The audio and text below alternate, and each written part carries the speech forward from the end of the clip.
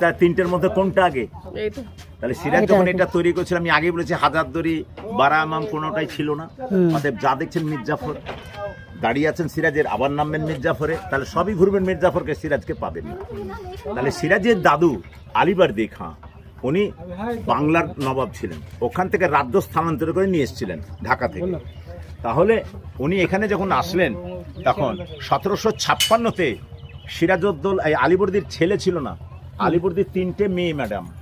বড় মেয়ের নামটা ইতিহাসের পাতায় খুব আপনাদের মানে কমন নাম, এবং রাগ শুনলেই রাগ চাপবের নামটা কি খুব কমন নাম, এবং নাম শুনলেই তেলে বেগুনে জ্বলবে, ভুলে গেছি। ঘাসিটি বেগম সিরাজের বড় মাসি। আর একজন যেটা হচ্ছে মীর জাফর, ওর নাম তো মীর জাফর নয়, ওর নাম হচ্ছে সৈয়দ মীর মোহাম্মদ জাফর আলী খান। এই জাফর আলী থেকে বেইমানি করে যেন মীর জাফর অর্থাৎ বিশ্বাসঘাতক হয়ে গেলেন।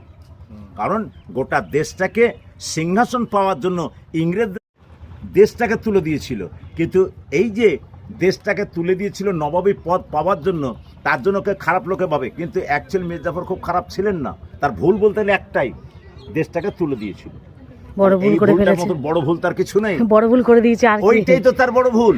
তাহলে এটা 1756-তে মক্কা মদিনা থেকে মাটি আনলেন। তো সিরাজের বড় মাসির নাম ঘাসিটি, মেজো মাসির নাম হচ্ছে মোমেনা, ছোট মাসির নাম বা মায়ের নাম হচ্ছে আমিনা। এই আমিনার সন্তান হচ্ছে সিরাজ। তো দিদি, সিরাজ মানে কি?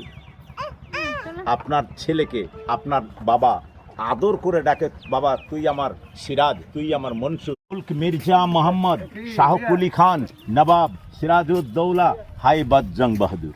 আর শর্ট নাম কি বললেন?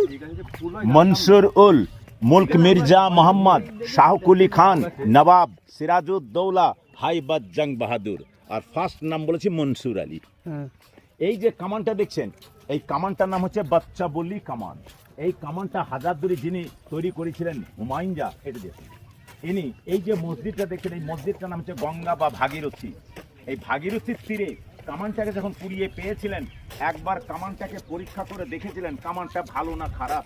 এই কামানটার মুখে 18 কেজি বারুদ আর 18 কেজি পাট বেঁধে যখন ব্লাস্ট করিয়েছিলেন, এই কামান থেকে